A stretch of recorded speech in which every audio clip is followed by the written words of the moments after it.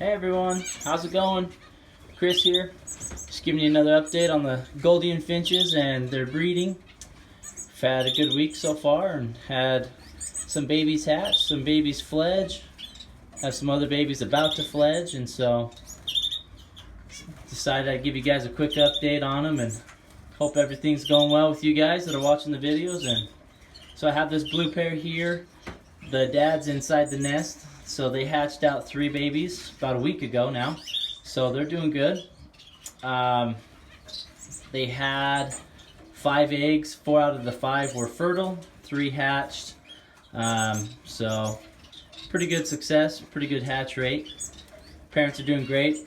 Haven't had to worry about them at all. They're doing a good job feeding the babies and keeping them fed. And so I just got done cleaning the shed out and been moving birds in and out, so they're a little stressed right now. So I'll show you next video. I'll show you the babies. They'll probably have pin feathers by the time I show you them next week, but they are doing great, and excited for them. The 3 babies that they had before, I've put them into the big flight now, and they're doing great. They're healthy, they're strong, they're a little plump, so the parents did a good job feeding them. I'm really excited with them. And so down here we have the redhead pair, the redhead male here, and they had 4 babies that fledged last week. They're all doing great. They're all starting to eat on their own now. He's still feeding them a little bit, but they're doing a good job eating on their own, and the dad's done great. And I don't know if you guys, if you remember last week on my last video, I told you that the female had suddenly passed, and so I was a little bit bummed about that and just keeping a close eye on them. But the male and all 4 of the babies seem to be really healthy, strong, and doing good. And so, you know, I think once these ones fledge, I might throw in another female with him to do one more round.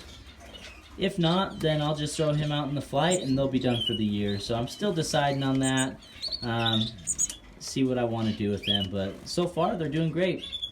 I'm pleased with them, and I'm hoping that I can get all 3 head colors with these 4 babies. So I can get red, black, or yellow, and I can also get purple and white breast from these babies. So should get a good mix. I'm excited to see them molt out. So Dad's doing a great job. I love just watching them.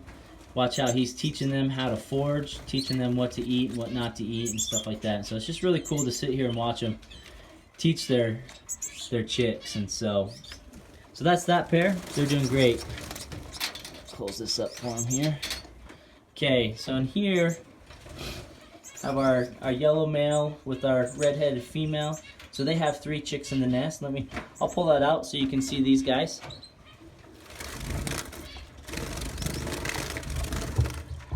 Chicks are getting close to all feathered out, so probably here within the next 5 days or so they'll be fledging. So let's get our flashlight so you guys can see inside here.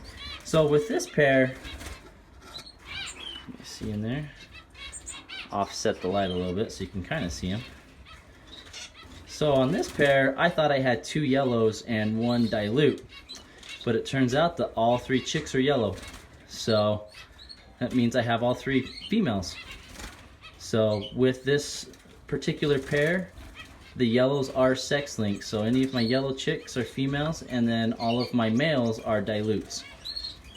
So from this pair, I'll have, let's see here, 3, 4, 5. So 5 females and 2 males is what I got from this pair this year. So, and I'll show you here in a little bit, but the chicks that these guys had earlier that have already fledged and weaned, I've got them out in the big flight. They are starting to molt into their adult feathers. Sorry about that. Okay. They're starting to molt in their adult feathers, and so I got a good surprise. So this is my first year breeding this yellowback male. I got him from a breeder last year, and I didn't know if he was split to white breast or not, and apparently he is, because one of the yellow chicks that are molting out, you see here over there on the perch, you can't see it very good right now, but here in a little bit I'll try and get closer for you. to give you guys a better look at them. But she has white on her chest, so she'll be a white breast. So excited about that. And then you can see up here some of the other chicks. The one on the far left, he's getting his chest feathers in, and he's got some purple showing, so he's one of the dilute males, so he'll be a purple breasted male. So I'm interested to see what the other ones color out to be. The other ones, they should color out to be what I expected, but you never know with Gouldians and genetics. There may be a few hidden surprises. And so in here, this is my yellow-headed pair. I had them down here in the middle, so I moved them up here. Female, she's already laid her clutch of eggs. She's been sitting. I just candled them today. She's got 4 eggs in there. 2 of them are for sure fertile, but they're pretty soon. So I'll probably give them another few days and then candle them again and see if the other 2 eggs are fertile. But we at least got 2 fertile eggs. They're sitting really tight. I think they're doing a lot better on this upper flight. And so I think moving the pairs up top is a good idea, and this bottom row just doesn't seem to be working out. So I have this pair here. So I have pulled their nest box out, just because I don't want them to lay another nest in this cage. I'm in the process of moving them up, and I think what I'm going to do is I'm going to put a divider into here and then bring this pair up here, and I'll hook a nest box, this nest box right here. I'll hook it here on the end so it looks just like that, and I'll let them breed up here and see if they do any better for me. This pair down here, they had already laid a clutch and they're sitting really tight. This is my redhead pair, so I decided to leave them in there. I did open up the flight, so the 2 flights here are just 1 now. They seem to really enjoy that, obviously, and so I'm hoping with a little bit more space, maybe they'll be a little bit more relaxed and be able to hatch out this clutch of eggs and see what we can get from them. And so we'll see how that works. You know, as you can see, I have my lights strung down here. That's when my lights turn off at night. These turn on for an hour, just to give them time to get back into the nest. And whether it's working or not, you know, I don't really know. It gives me a little bit of comfort knowing that they're not in the pitch black and they can find their way back into their nest if they need to. So that's the Gouldians there. So, you know, they're doing really good. So we've got, let's see, 6 chicks in the nest between this pair and that pair up there.